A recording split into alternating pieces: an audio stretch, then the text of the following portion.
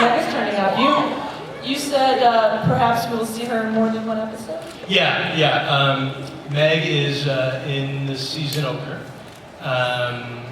And she's played by a lovely actress named Rachel Miner.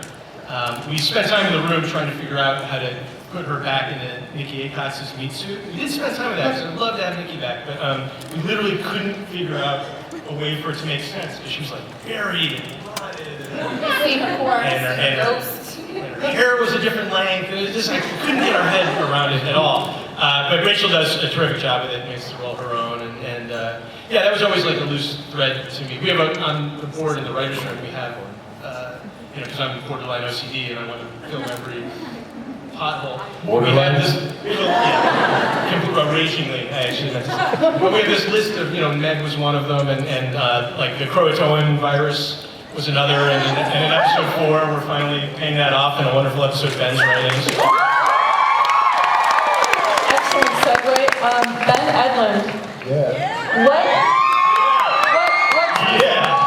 What twisted awesomeness are you brewing up for us?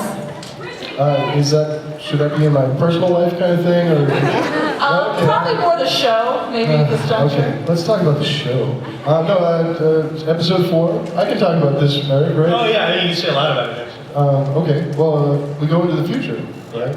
It's cool. We're 5 years into the apocalypse. It's what that gives us is a kind of a chance to really blow the doors off the world. I can tell you a couple of things. One is Sera Gamble is president. It's the apocalypse, right? That would be a sign. It's just to tease like a touch of it. It's basically like our 28 Days Later episode. So it's been really fun to, in a season that's about the end of the world, to see 5 years in the future and actually see the end of the world. So that's going to be, with Ben's sensibility, so it's twisted and all that stuff. You guys will get it. It's really, really cool script. I agree. I said I agree. That's all. I agree. I think we have some old business before us, though. What did Ruby know? When did she know it? Was she tricking Sam the whole time? What was up with that? From Ruby's very, very first introduction in Sera's. No, it was she popped in at the end of Magnificent 7, and then the first time you really saw her had a conversation with. She like kicked ass in your episode, and then was actually well written in Sera's episode. But from the jump, she was always a bad guy. We always knew her motivation was to drive the boys apart and to double cross them.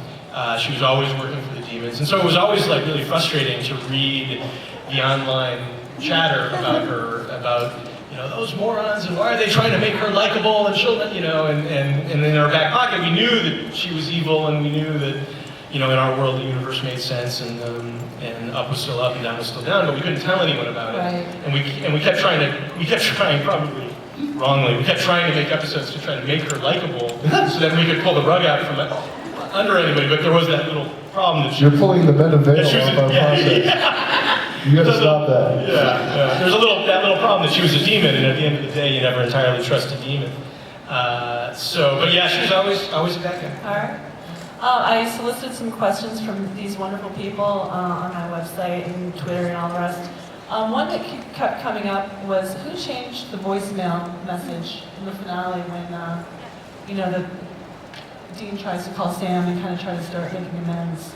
Can anyone address? Will we find that out, and/or can you just tell us? I'm not going to tell you. I think it's a really interesting question and open for debate.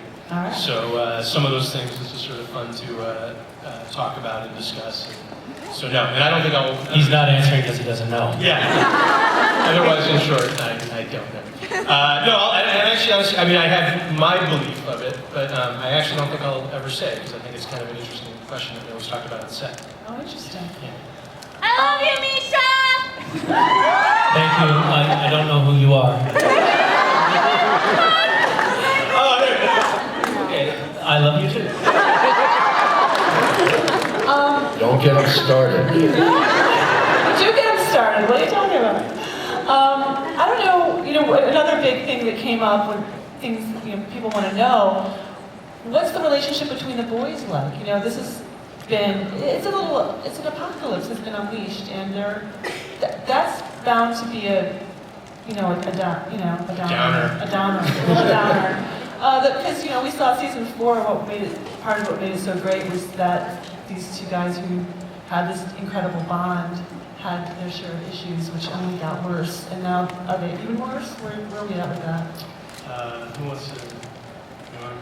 I have no idea, so I can. Sera or Ben? You guys want to take it? Well, the apocalypse is surprisingly amusing, I think. It's a laugh Last season was, we had funny episodes and we had gallows humor and whatever, but it was at times almost suicidally dark, especially for sound. Yeah.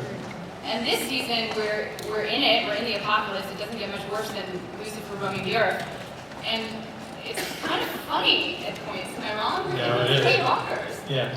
So we're enjoying it, actually. I have an image, if I could put it forward. Because I agree. I think that you consider it to be, each episode, you have 22 people in a line waiting to be hung. And, you know, you hear crack every, week. Crack! Yeah, episode 3, crack, right? And then, and you're waiting, and then, episode 7's in front of you, and he's pissing his pants, but the guy behind you makes a joke, and it's really funny. Yeah. And, you know... So the boys' relationship? Yeah, I would say, in terms of the boys' relationship... I'm sorry, right. Yeah, thanks for answering the question, guys. No, I would say the boys' relationship, I mean, oddly enough, it was funny. It was like in the beginning of the season, because the executives call you, and they're like,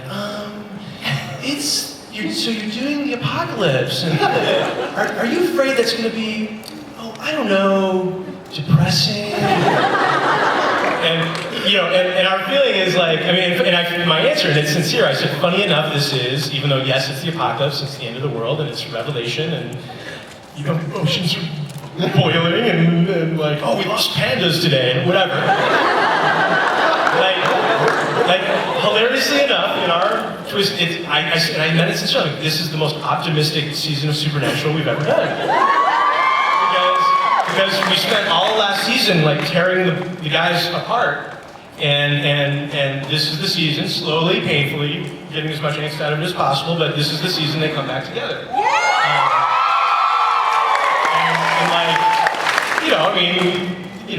Family is gonna save the world, and so when you're in this sort of big story, and you can, for once, probably aim towards the good guys winning for once, that actually makes it very Pollyanna in its tone.